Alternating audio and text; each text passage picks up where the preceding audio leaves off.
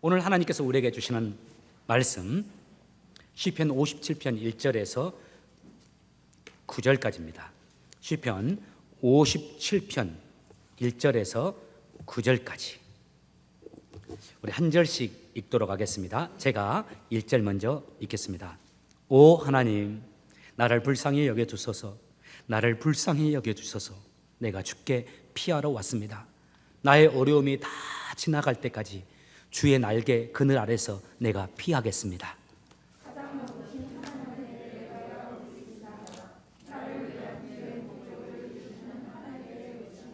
주께서 하늘에서부터 도움의 손길을 뻗어 나를 건지십니다.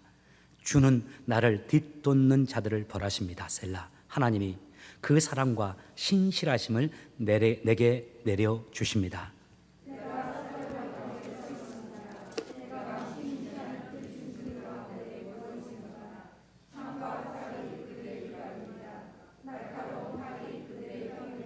오 하나님, 하늘 위에 높임을 받으소서. 주의 영광이 온 땅에 두루 나타납니다. 원수들이 나를 잡으려고 덫을 놓습니다. 그래서 내가 근심 중에 엎드렸습니다.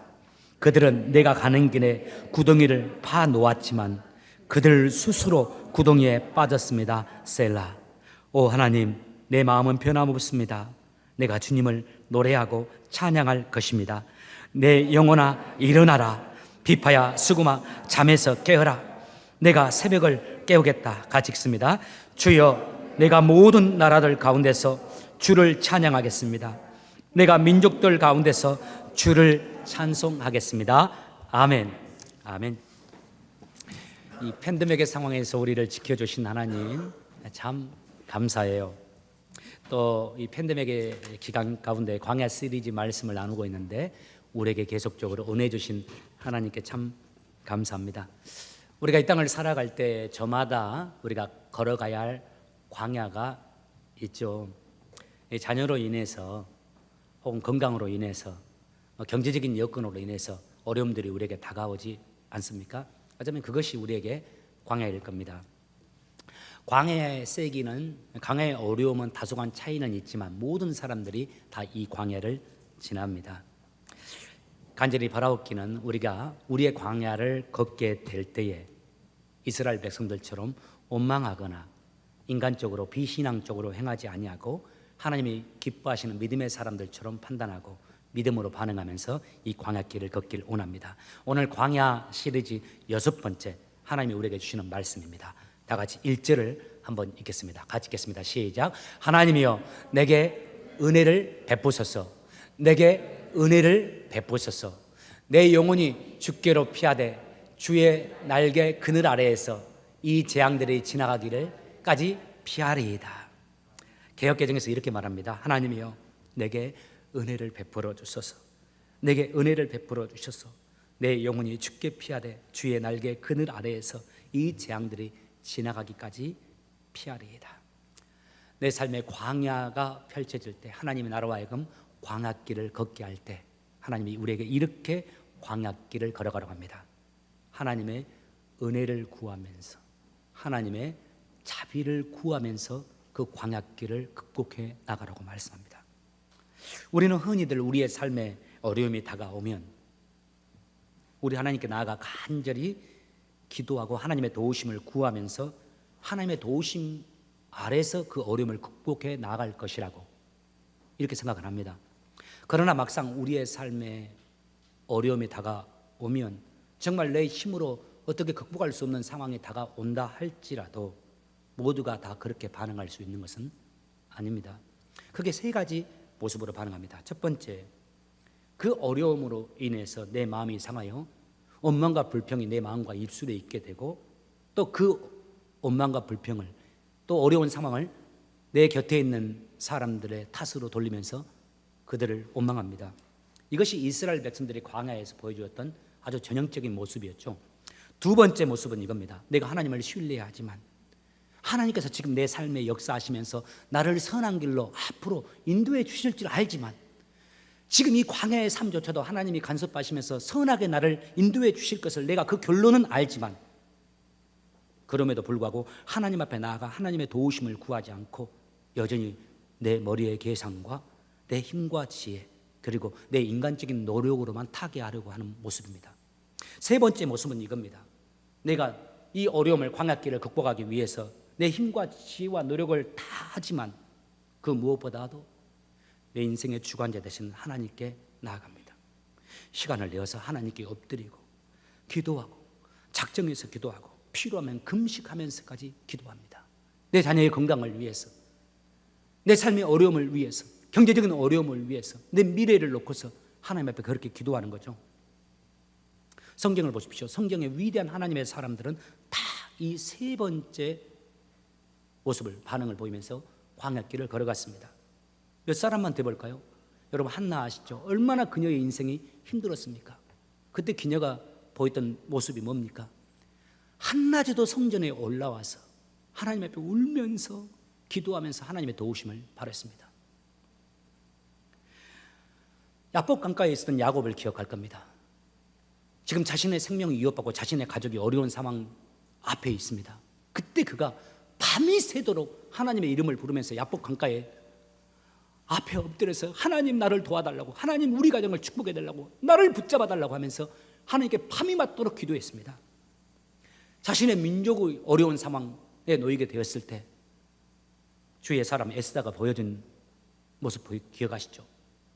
왕비임에도 불구하고 사람을 의지하지 않고 인맥을 찾지 않고 자신도 함께 백성들과 함께 금식하면서 하나님께 엎드려 하나님의 도우심을 구했습니다. 아실 겁니다. 하나님께서 그 기도하는 그들, 하나님을 찾는, 하나님의 도우심을 구하는 그들에게 기적과 이적을 베풀어 주셨어요. 그리고 오히려 그 어려움에 있는 그 사람들을 통해서 하나님의 선한 일을 이루어 가셨고, 하나님이 이루어 가시려고 하셨던 그 예정된 일들, 아름다운 구원 역사들을 오히려 그 사람들을 통해서 한 걸음 한 걸음 이루어 가셨습니다. 오늘 본문이 시편 57편이 다윗의 시입니다. 그런데 이 다윗이 우리가 모두 다 잘 알듯이 아주 어렸을 때 비밀리 사무엘에 의해서 왕으로 기름 부음을 받았습니다.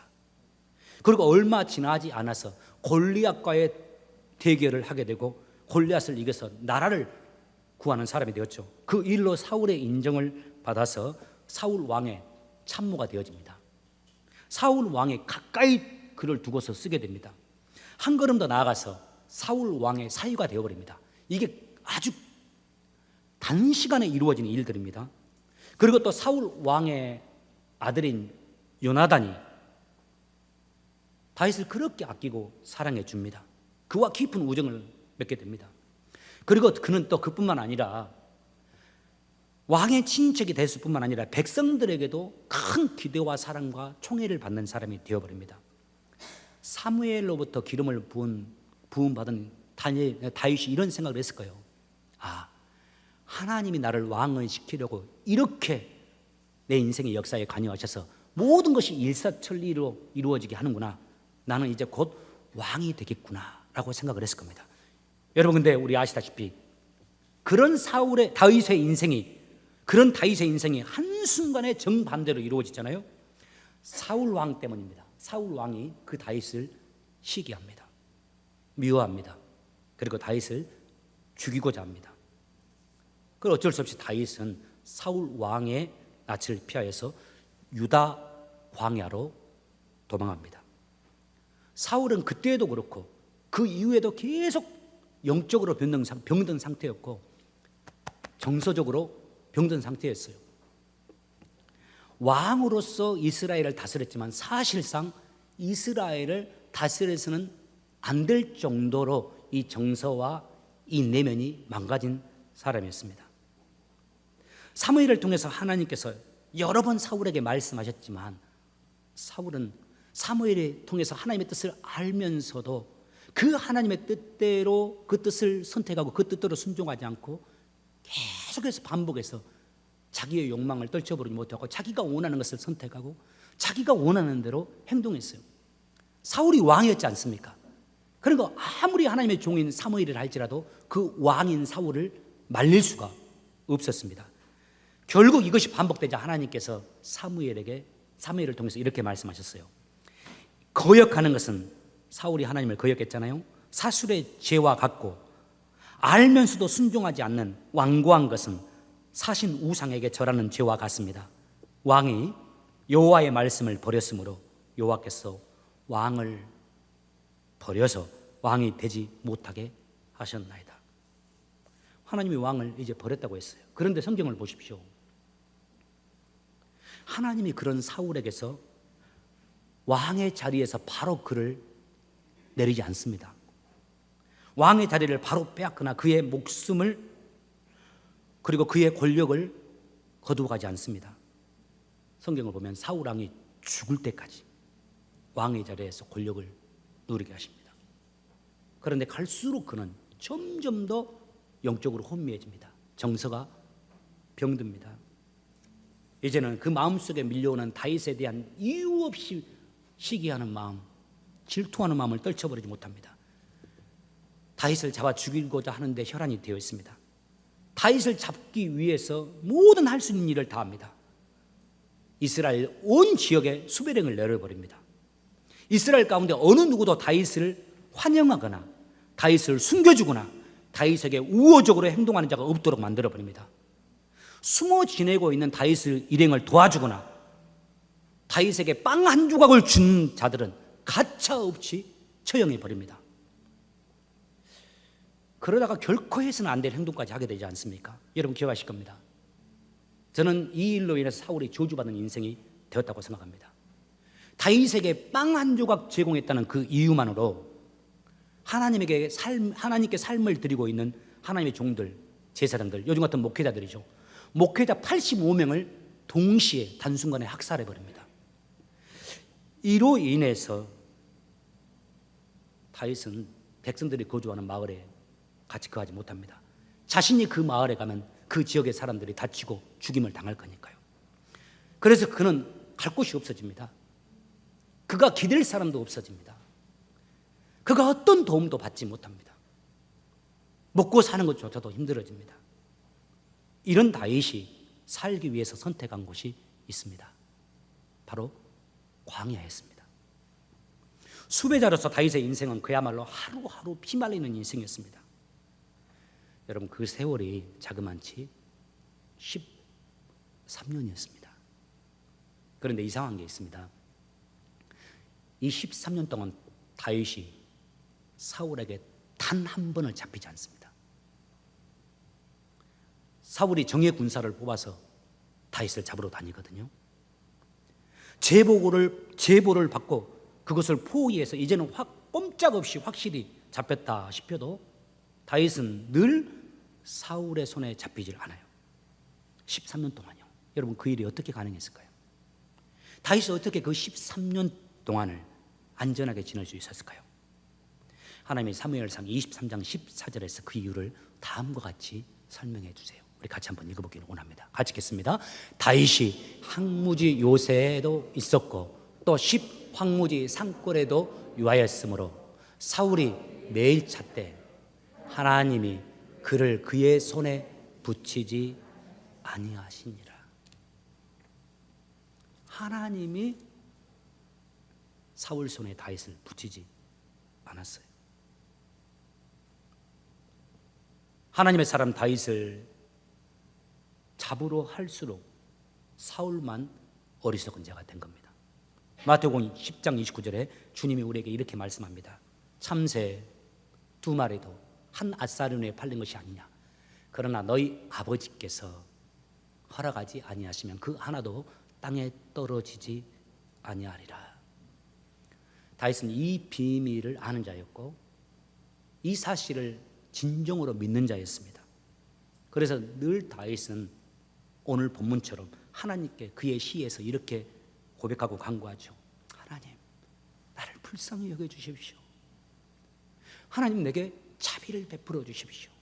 영어 성경, 히브리어 성경에 늘 이렇게 말합니다. mercy, 내게 자비를 베풀어 주십시오. 내게 은혜를 베풀어 주십시오. 하나님이 나의 방패가 되어 주십시오.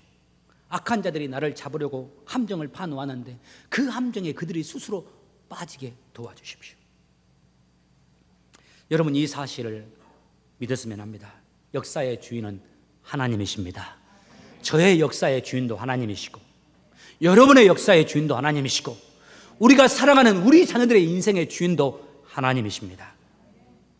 그러므로 삶이 힘들고 고단할 때, 내 삶의 무게가 너무 무겁고 버거울 때 우리가 할 일이 있습니다. 하나님께 나아가는 겁니다. 역사의 주관자 되신 하나님께서 나를 붙잡아 달라고, 역사를 주관하신 하나님께서 내 역사를 붙잡아 주셔서 하나님의 은혜로 이 모든 어려움을 극복하게 해달라고. 여러분, 어려울 때 하나님 앞에 나가 기도하심으로 역사의 주관 되신 하나님으로 인해서 그 모든 것을 잘 극복하고 승리하는 여러분 되시길 주의 이름으로 축복합니다. 두 번째, 광야의 삶을 지날 때 하나님이 이렇게 말합니다. 예배자로 광야의 삶을 살아가라고요. 광야의 삶을 걸어가지만 그 어려운 광야의 삶에서도 예배자의 모습을 잃지 말라고 이렇게 말합니다. 오늘 본문 57장 7절에서 다윗이 이렇게 하나님 앞에 고백하면서 그 시를 마무리합니다. 하나님, 나는 내 마음을 정했습니다. 하나님, 나는 내 마음을 정했습니다. 내가 가락에 맞추어 노래를 부르겠습니다. 내 영혼아 깨어나라. 고문과야 수구마 깨어나라. 내가 새우벽을 깨우련다. 주님, 내가 만민 가운데서 주님께 감사를 드리며 문나라 가운데서 노래를 불러 주님을 찬양하렵니다. 다윗이 하나님께 이렇게 말하지 않은 거 아닙니까? 하나님, 나는 결단했습니다. 내가 지금 비록 광야에 있지만 하나님, 나는 주를 찬양하고 노래할 겁니다. 하나님, 나는 주님을 높일 겁니다.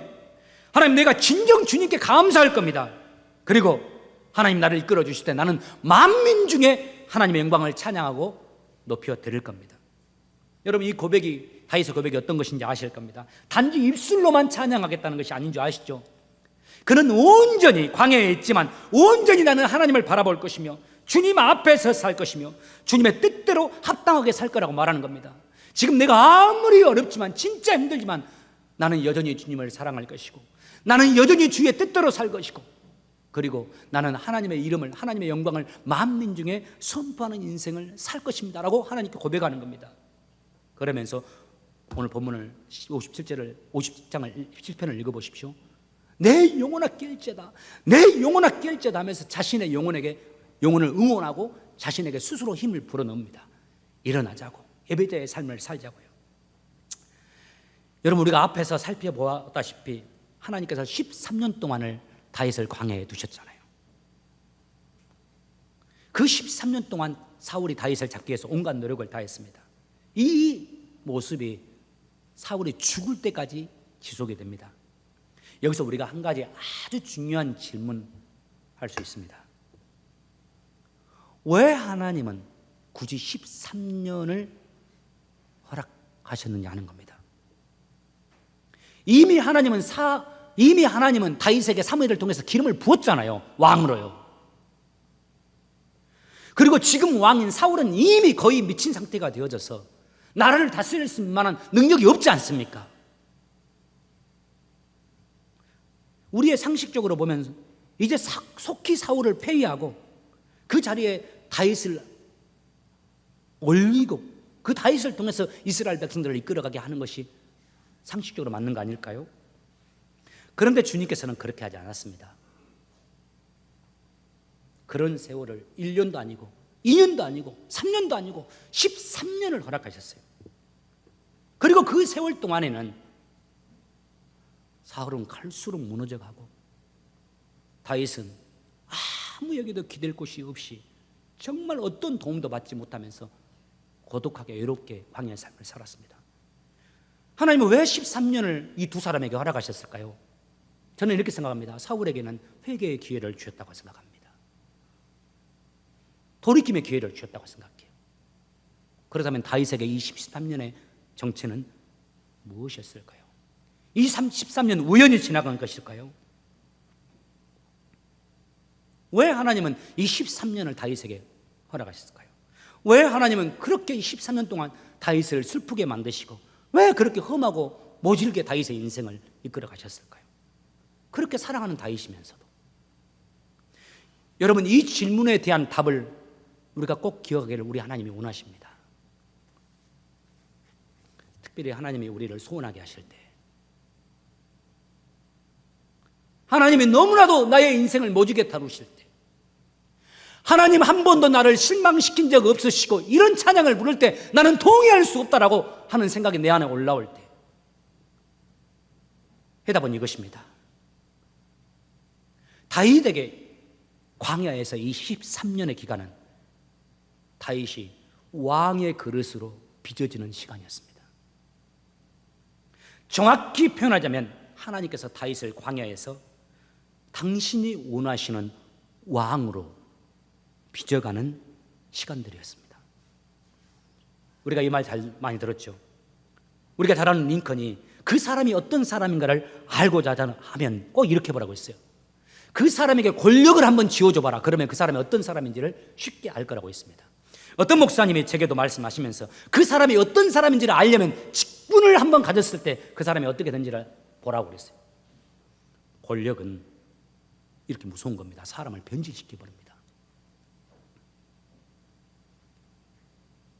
그래서 권력을 가지기 전에도 권력을 가지고자 하는 자들이 변질됩니다. 벌써부터. 세상 정치에서도 그렇고 신앙 공동체 안에서도 그런 것 같아요. 하나님이 일을 잘 하셨어요. 하나님은 다윗 그를 왕으로 세워도 그에게 정말 무소불위의 권력을 주어도 하나님 앞에서 스스로 겸비하고 겸손히 순종하면서 평생을 사는 왕이 되기를 원하셨습니다. 하나님 앞에 버림을 받고 사람들에게 버림받던 사울처럼 되지 아니하고 오직 평생을 하나님의 뜻만을 구하고 자신의 뜻이 아닌, 자신의 욕망이 아닌 하나님의 뜻과 하나님의 의도대로 인생을 살아가면서 백성들을 그렇게 다스리는 왕이 되기를 원하신 겁니다. 특별히 권력의 중심지인 궁이 어떤 곳인지 여러분 잘 아실 겁니다. 사극에서도 많이 보았죠. 정신을 차리기 힘들 정도로 음모와 암투, 위협과 살인, 그리고 배반과 배신이 있는 곳입니다. 그리고 슬픔과 아픔이 많은 곳이 궁입니다. 그래서 역사의 많은 왕들이 그 어려움을 감당하지 못하고 폭군이 되어버리거나 쾌락에 빠져서 인생을 살아가게 되거나 혹은 왕이지만 정사를 돌보는 것을 포기하고 살아가는 경우가 많지 않았습니까? 그로 인해서 나라는 흔들리고 백성들은 불행해지는 그런 것을 우리가 우리나라 역사에도 많이 보았습니다. 저는 사울이 이런 인생을 산 사람이라고 생각해요. 왕의 길을 감당을 못하는 겁니다. 하나님은 사울처럼 다윗이 되는 것을 원치 않았습니다. 어떤 배반과 어떤 위협과 어떤 암투에도 흔들리지 않고 타협하지 않고 하나님의 길을 갈 수 있는 사람, 자신의 삶에 어떤 아픔과 어떤 슬픔이 다가와도 무너지지 않고 하나님이 맡기신 그 왕의 직분을 감당할 수 있는 그런 사람, 끝까지 하나님을 경외하고 예배라는 자로 하나님이 원하시는 대로 이스라엘을 이끄는 군주가 되기를 원하셨습니다. 그래서 하나님은 13년 동안 다윗을 광야에 두셨습니다. 1년이면 얼마나 좋았을까요? 하나님이 다윗을 다듬는데 5년이면 충분하지 않았을까요? 하나님 계산에는 13년이 필요했던 것 같아요. 여러분, 우리가 아시는 대로 마침내 다윗이 하나님의 도우심으로 왕이 됩니다. 다윗이 반란을 일으켜서 사울을 물리치고 왕이 된 거 아닙니다. 사울은 스스로 무너져 버립니다. 그리고 사람들이 다윗을 주대에서 왕으로 세웁니다. 왕이 되고 나서, 하나님의 은혜로 왕이 되고 나서 어떤 일들이 일어납니까? 그가 다스리는 궁이 어떻게 됩니까? 모든 것이 태평선됩니까? 그의 뜻대로 됩니까? 아니지 않습니까? 정말 슬프고 정말 마음 아픈 일들이 일어납니다. 암투와 배신과 배반이 연속입니다. 그 대표적인 사건들 여러분 아시죠? 자기 사랑하는 자녀들 사이에서 살인 사건이 일어납니다. 사랑하는 아이들 가운데서 겁탈하고 강간하는 사건이 일어나 버립니다. 그리고 가장 자기가 아끼는 아들이 반란을 일으키되 자기가 가장 믿고 가까이 드는 신하들과 함께 오랫동안 용모를 꾸미면서 반란을 일으켜서 그를 죽이고자 합니다. 궁에서 쫓겨나게 됩니다. 얼마나 이들이 치밀하게 계획을 세웠던지, 그리고 얼마나 다윗이 이 사람들을 신뢰했던지, 이 음모를 치밀하게 꾸미고 있음에도 불구하고 전혀 다윗은 알지를 못했습니다. 그래서 다윗이 반란이요 했을 때, 궁에서 도망갔을 때 성경 보면 신발을 챙기지 못하고 맨발로 도망갔다고 그랬어요. 그때 다윗이 도망한 것이 또 유다 광야였습니다. 그때 다윗이 광야에서 어떻게 반응한지 성경을 읽어서 아실 겁니다. 광야에서 얼마나 차분한지를 모릅니다. 그런 세월 속에서도 다윗은 폭군이 되지 않습니다. 항상 내면이 건강합니다. 괴물이 되지 않습니다. 광야에 쫓겨나서도 그는 무너지지 않습니다. 그리고 끝까지 하나님이 원하시는 나라로, 하나님이 기뻐하시는, 하나님을 경외하는 나라로 이스라엘을 이끌어갑니다. 그리고 모든 일이 거의 정리되어지고 정적들이 다 사라지게 되었을 때 그는 교만하거나 오만하지 않습니다.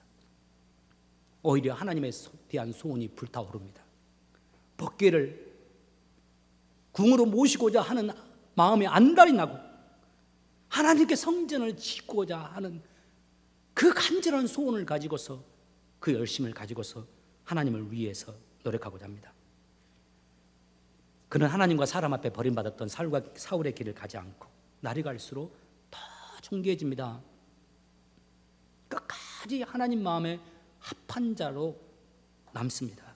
수십 년 전에 어린 시절 사무엘을 통해서 하나님이 내 마음에 합한 자라고 기름 부었을 때 다윗의 그 모습 그대로 말년의 인생이 마감했을 때까지, 그 이후로도 하나님은 내 마음에 합한 자라고 다윗을 인정하는 인생을 삽니다.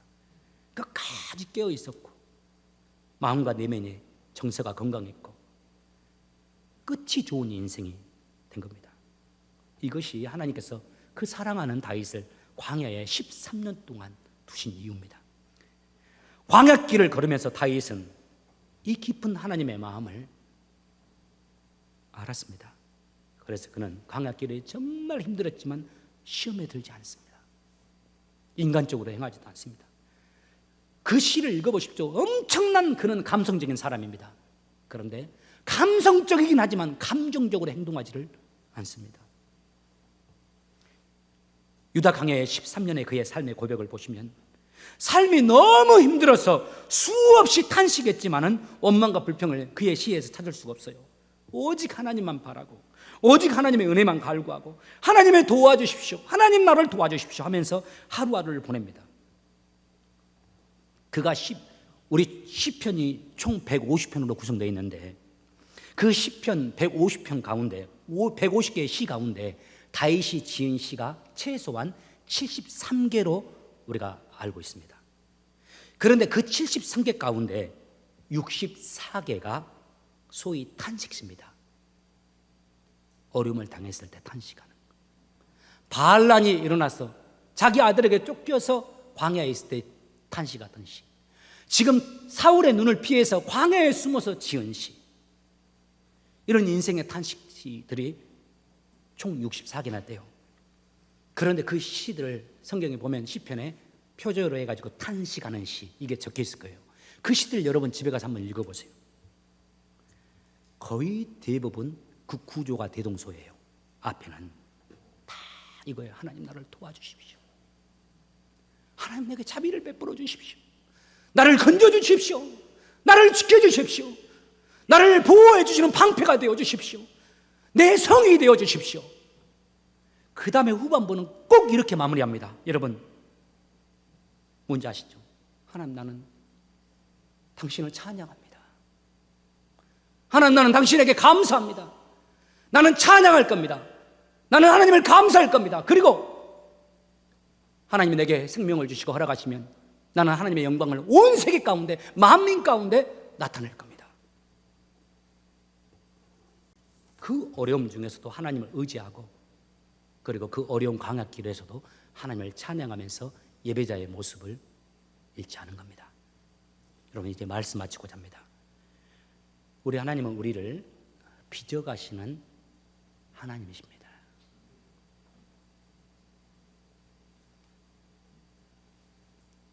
하나님은 우리의 성공에도 관심은 있지만은 그보다도 하나님은 우리가 하나님의 사람이 되는 것을, 가는 것에 더 관심이 있습니다. 때로는 이를 위해서 우리를 광야에 두는 것을 허락하시기도 합니다.